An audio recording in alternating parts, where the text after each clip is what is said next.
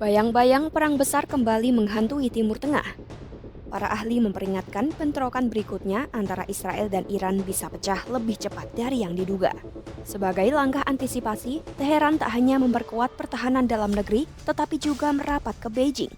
Iran juga mengaktifkan jaringan proksinya seperti Hizbullah di Lebanon dan Houthi di Yaman.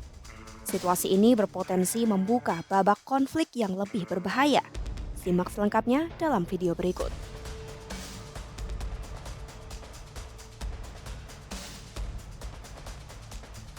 Prediksi serangan Israel ke Iran disampaikan oleh Wakil Presiden Eksekutif Quincy Institute for Responsibility Statecraft, Trita Parsi, pada Senin 11 Agustus 2025.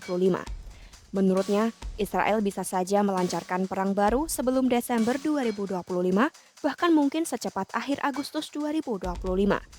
Perang Israel pada Juni 2025 sejatinya bukan hanya soal program nuklir Iran. Tujuan utamanya adalah mengubah keseimbangan kekuatan di Timur Tengah. Selama lebih dari 20 tahun, Israel mendorong AS untuk menyerang Iran agar kekuatan regionalnya melemah. Israel tahu tak mungkin melakukannya sendirian.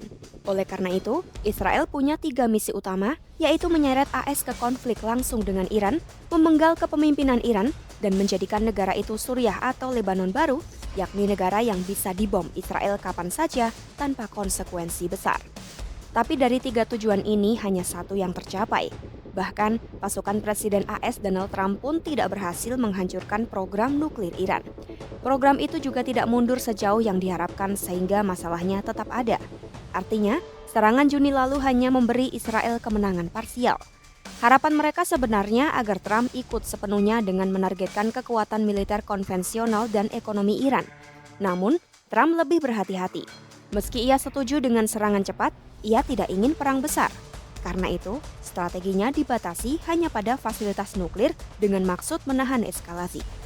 Dalam jangka pendek strategi ini berhasil, namun bagi Israel hal ini mengecewakan karena justru membuat mereka terjebak dalam siklus eskalasi jangka panjang.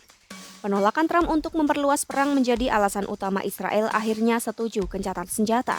Sebab seiring berjalannya konflik, Israel juga mengalami kerugian besar, yaitu sistem pertahanan udaranya kewalahan dan rudal-rudal Iran semakin efektif menembusnya. Jika saja AS benar-benar berkomitmen penuh, Israel mungkin akan melanjutkan perang. Namun ketika Trump hanya akan melancarkan satu serangan terbatas, Israel terpaksa menahan diri. 2 tujuan besar Israel lainnya juga gagal. Intelijen Israel memang sukses di awal, menewaskan 30 komandan senior dan 19 ilmuwan nuklir Iran, tapi dampaknya hanya sementara. Dalam waktu 18 jam, Iran sudah mengganti hampir semua posisi itu, lalu membalas dengan hujan rudal yang menunjukkan mereka sanggup menanggung kerugian dan tetap melawan balik dengan keras. Israel juga berharap pembunuhan komandan senior Garda Revolusi Iran akan membuat kepanikan di elit Iran dan mempercepat runtuhnya rezim. Bahkan menurut laporan Washington Post, agen Mossad yang fasih berbahasa Persia sempat menelepon sejumlah pejabat Iran mengancam akan membunuh mereka dan keluarga mereka jika tidak membelot dan merekam video mengecam rezim. Tapi kenyataannya tak satu pun jenderal menyerah dan rezim tetap kuat. Harapan Israel kembali pupus. Pembunuhan para komandan justru tidak memicu protes massal. Sebaliknya, rakyat Iran dari berbagai golongan justru bersatu, bahkan memperkuat posisi rezim. Israel gagal memanfaatkan ketidakpuasan rakyat Iran terhadap pemerintah. Serangan Israel malah membuat banyak orang di Iran percaya bahwa program rudal dan jaringan sekutu regional mereka penting untuk bertahan. Israel juga gagal menjadikan Iran seperti Suriah kedua. Walaupun sempat menguasai udara Iran selama perang, serangan balasan rudal Iran menimbulkan kerusakan nyata. Kegagalan-kegagalan inilah yang mendorong kemungkinan serangan baru. Menteri Pertahanan Israel, Israel Katz, dan Kepala Staf Militer Eyal Zamir sudah memberi sinyal bahwa perang Juni 2025 hanyalah fase pertama. Zamir bahkan menyerukan Israel kini memasuki babak baru konflik. Ia mengisyaratkan kemungkinan melancarkan serangan lain terhadap Iran sehari setelah kunjungan Kepala Dewan Keamanan Nasional tertinggi Iran Ali Larijani ke Lebanon. Pada Kamis 14 Agustus 2025, Zamir mengatakan pasukannya telah menargetkan Iran dan poros sekutunya, yaitu Hizbullah dan Houthi, serta siap menyerang lagi kapan saja bila diperlukan. Bagi Israel, logika strateginya sederhana. Mereka tak mau memberi Iran waktu untuk mengisi ulang rudal, memperbaiki pertahanan udara, atau meningkatkan kemampuan militer. Inilah yang mereka sebut strategi memotong rumput, yaitu menyerang berulang-ulang secara preventif agar lawan tidak pernah bisa tumbuh terlalu kuat. Dengan Iran yang sudah mulai membangun kembali kekuatannya, Israel justru makin terdorong untuk menyerang cepat. Sementara analisis ahli yang dimuat Al Jazeera pada Juli 2025 mengatakan serangan besar berikutnya tetap bergantung pada restu Washington. Eropa juga sedang mempertimbangkan untuk memberlakukan kembali sanksi terhadap Iran jika kesepakatan nuklir baru gagal disepakati pada Agustus 2025 yang bisa memberi celah politik bagi Israel untuk menyerang.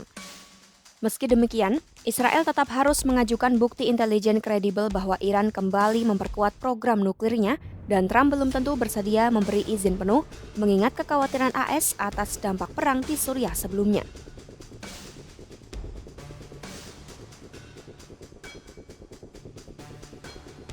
Iran sendiri sudah mengantisipasi hal ini. Mereka bersiap untuk balasan besar di awal agar strategi memotong rumput Israel tak lagi terlihat berhasil. Jika pada perang sebelumnya Teheran memainkan strategi jangka panjang dengan menahan sebagian besar kekuatan rudalnya, maka pada putaran berikutnya Iran kemungkinan akan langsung menyerang besar-besaran sejak awal. Tujuannya jelas, menunjukkan Iran tidak bisa ditundukkan di bawah dominasi militer Israel. Akibatnya, perang yang akan datang hampir pasti akan lebih berdarah daripada sebelumnya.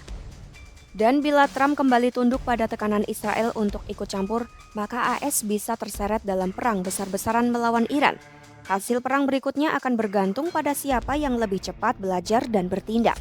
Selain itu, militer Israel melaporkan banyak bukti Iran dan China sedang meningkatkan kerjasama militer termasuk dalam produksi rudal. Setelah militer Iran melemah akibat perang dengan Israel, intelijen Barat mengkhawatirkan China akan membantu Iran membangun kembali kekuatan rudalnya. Menurut Wall Street Journal pada Juni 2025, Iran sudah memesan bahan dari China untuk ratusan rudal balistik. Kemudian pada Juli 2025, Duta Besar Israel untuk AS, Yasser Leiter, juga memperingatkan ada tanda-tanda mengganggu bahwa China memberikan dukungan ke Iran.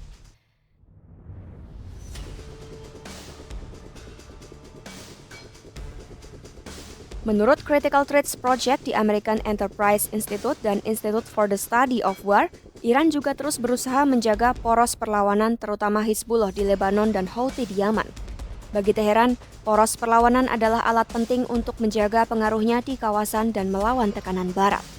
Pada 9 Agustus 2025, penasihat urusan internasional pemimpin tertinggi Iran, Ali Akbar Velayati, menyebut Houthi sebagai permata poros perlawanan karena dinilai lebih solid dan kompeten dibandingkan Hizbullah atau Hamas yang lebih banyak terkena dampak perang.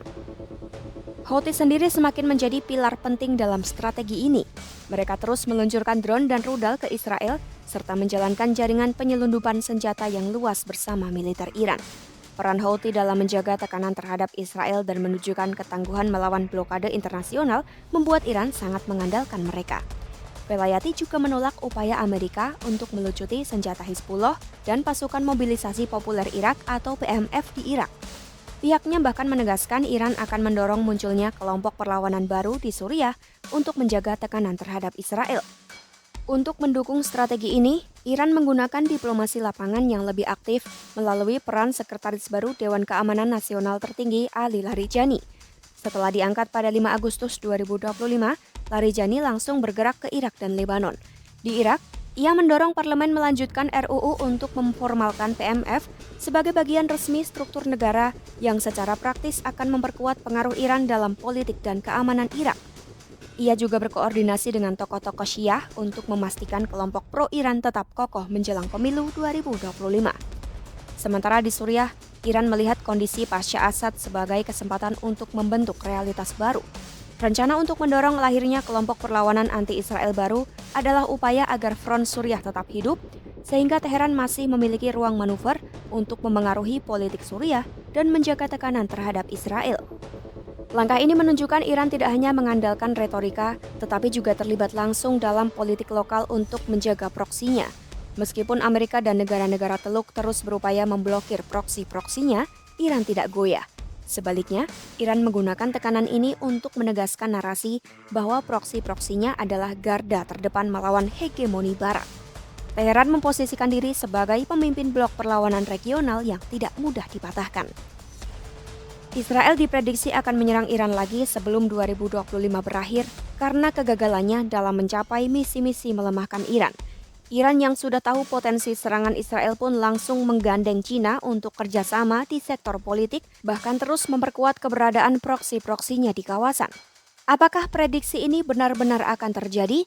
Pantau terus perkembangannya hanya di YouTube Kompas.com.